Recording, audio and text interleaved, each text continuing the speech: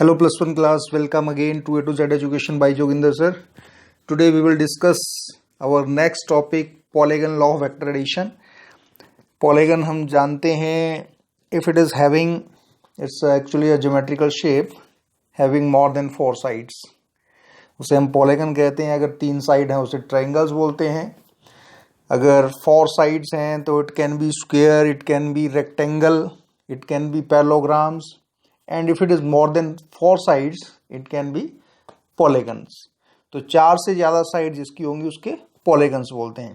तो in case if we have more than 4 vectors, अगर हमारे पास 4 से ज्यादा वेक्टर्स हैं तो हम वेक्टर एडिशन के लिए पॉलीगन लॉ यूज करते हैं.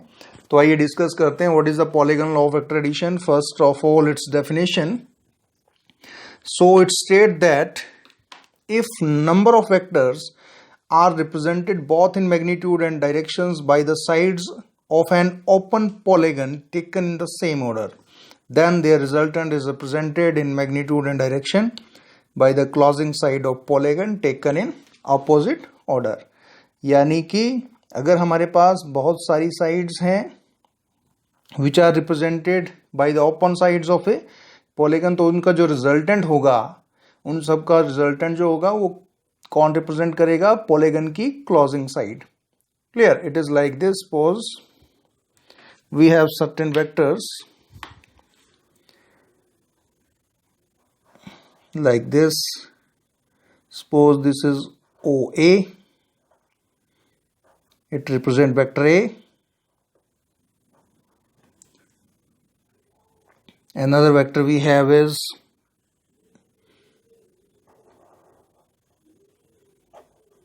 vector B represented by AB. Then we have vector C represented by vector BC. Then vector D represented by CD, and this is the closing side OD, which represent the resultant of all these vector, and it is represented by R. तो as per definition जो closing side होगी polygon की वो इन सब vectors का resultant होगी. यानी vector A, vector B, vector C और वेक्टर डी का जो रिजल्टेंट होगा that is the resultant R. तो इस तरह से अगर हमारे पास 4 से ज्यादा वेक्टर्स हैं तो हम क्या कर सकते हैं? More than 4 vectors, then we can use the polygon law of vector additions. Clear? तो as per this rule हमारे पास क्या था? according to this rule या according to this law हमारे पास वेक्टर R जो है वो होता है vector A plus vector B plus vector C plus vector D के. इसके अलावा भी नंबर ऑफ साइड्स आप रिप्रेजेंट कर सकते हो. There can be any number of vectors.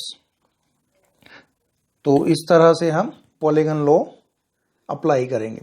अब इसको प्रूफ करते हैं. How does it work?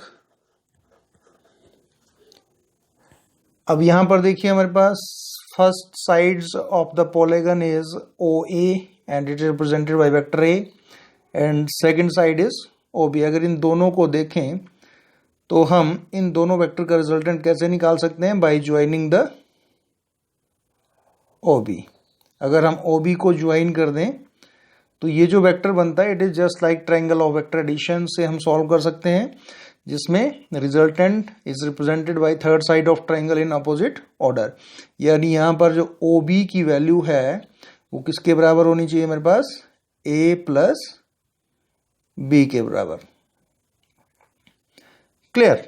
तो हम इसको इस तरह से रिप्रेजेंट कर सकते हैं. तो हमारे पास सबसे पहले ड्रॉ वेक्टर्स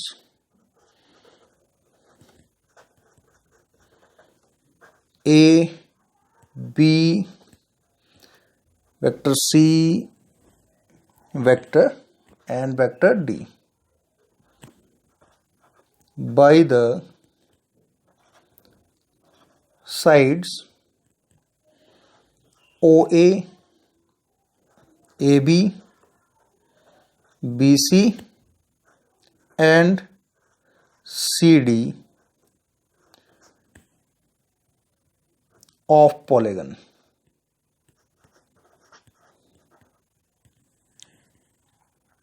क्लियर, इसको हमने रिप्रेजेंट कर दिया। तो जो क्लोजिंग साइड है वो रिप्रेजेंट करेगी रिजल्टेंट को। क्लियर, सो क्लोजिंग साइड हमारे पास है OD। OD represents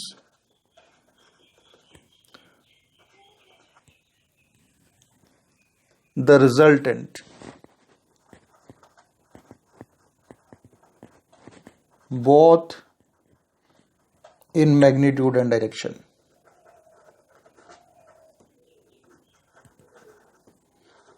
Magnitude and directions. Clear. अब हमने क्या किया, OB को ज्वाइन कर लिया और ट्रायंगल लॉ यूज करके हम इसकी वैल्यू फाइंड आउट कर लेंगे। Now join OB and apply triangle law of vector addition.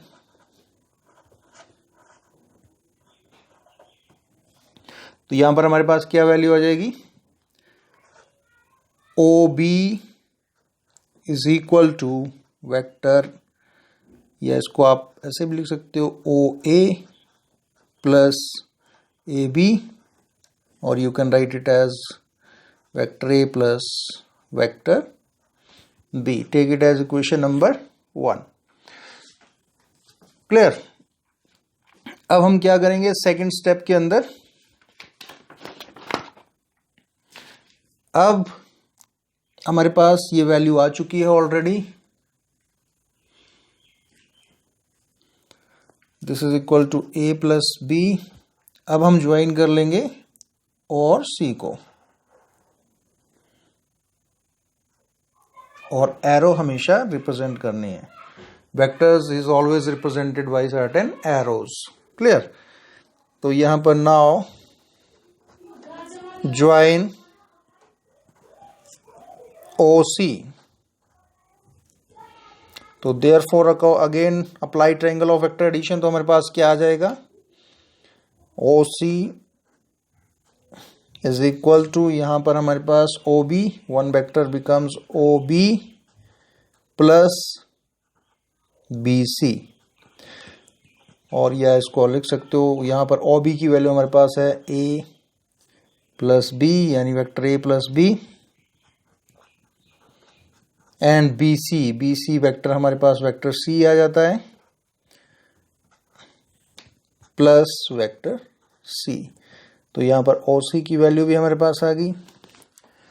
अब हम रिजल्टेंट R की वैल्यू फाइंड आउट करेंगे। लास्ट वेक्टर अगर यहां देखें तो ज्वाइन OD, तो हमारे पास क्या आ जाएगा, यहां पर OD हमारे पास है, ये आ जाएगा हमारे पास OC प्लस CD। तो OD is equal to R। OC हमारे पास, OC की वैल्यू कितनी आ जाएगी हमारे पास, vector A plus vector B plus vector C। So it comes out to be vector A plus vector B plus vector C, and CD vector हमारे पास है vector D. So that is the resultant of all these vector.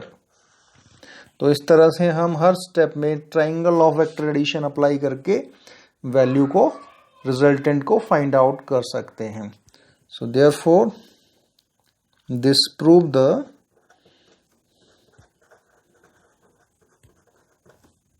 polygon law of vector addition।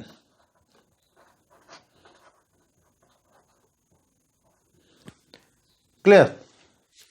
तो इस तरह से हमने vector addition के 3 important laws discuss कर लिए हैं, triangle law of vector addition, then parallelogram law of vector addition, and third one is the polygon law of vector additions. अब वेक्टर एडिशंस की कुछ प्रॉपर्टीज हैं, उनको डिस्कस कर लेते हैं। There are certain properties. So first property we have is the vectors of the same nature alone can be added, यानी same nature के वेक्टर्स ही ऐड हो सकते हैं, यानी फोर्स के साथ हम फोर्स को ही ऐड कर सकते हैं, फोर्स के साथ डिस्प्लेसमेंट वेक्टर या वेलोसिटी वेक्टर को ऐड नहीं कर सकते, right. Same nature, vector of same nature alone can be added. For example, जैसे force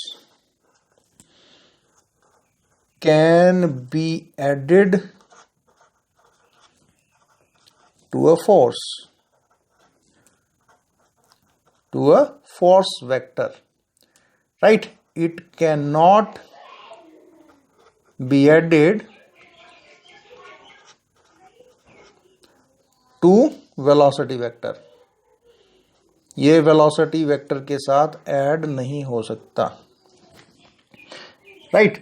second property we have is the vector addition is commutative. Commutative का मतलब होता है कि जो वेक्टर सम है वो हमेशा सेम रहेगा, आप चाहे उसे किसी भी ऑर्डर में ऐड करते हैं। It state that sum of vectors remain same in whatever order they may be added, यानी इसको हम लिख सकते हैं that is vector A plus vector B is equal to vector B plus vector A. Clear? A में B को add कर लो या बी को ए में ऐड कर लो, दोनों का सम कैसा रहेगा? सेम रहेगा। इस प्रॉपर्टी को हम बोलते हैं commutative. Third property we have is the vector addition is associative. Associative का मतलब होता है it state that sum of vector remain same whatever grouping they are added. अगर हमारे पास 2 से ज्यादा वेक्टर हैं और किसी 2 वेक्टर्स की हम ग्रुपिंग करते हैं या 3 वेक्टर्स की ग्रुपिंग करते हैं अलग अलग तरीके से, तो उसका सम भी बराबर रहता है। जैसे फॉर एग्जाम्पल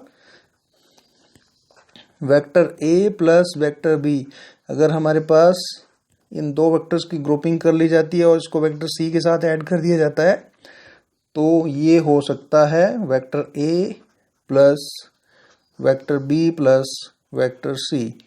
जब हमने वेक्टर बी और सी की ग्रुपिंग कर दी, यहाँ पर ए और बी की ग्रुपिंग की है और वेक्टर सी को ऐड किया, यहाँ बी और सी की ग्रुपिंग करके वेक्टर ए के साथ ऐड कर दिया, तो इसका सम भी सेम रहेगा, इसमें कोई चेंजिंग नहीं आएगी। इसको हम बोलते हैं associative. And fourth one property is the vector addition is distributive. अगर हम वेक्टर एडिशन को किसी वैल्यू के साथ मल्टीप्लाई करते हैं तो वो एल्जेब्रिकल जो हमारे पास लॉज हैं उसी तरह से मल्टीप्लाई हो जाएगा। जैसे lambda is equal to vector A plus vector B. Here addition of 2 vectors multiplied by certain terms lambda, तो इसको हम लिख सकते हैं lambda a plus lambda b। ये a को भी मल्टीप्लाई करेगा और b को भी मल्टीप्लाई करेगा। तो इस तरह की जो टर्म्स होती है उसको हम बोलते हैं distributive, right. So vector addition is distributive. So these are the 4 most important properties of vector addition. First one, vectors of the same nature alone can be added. It is commutative. Vector addition is associative and vector addition is distributed. Clear? So student, I hope you all understand these topics. Thank you. Have a nice day.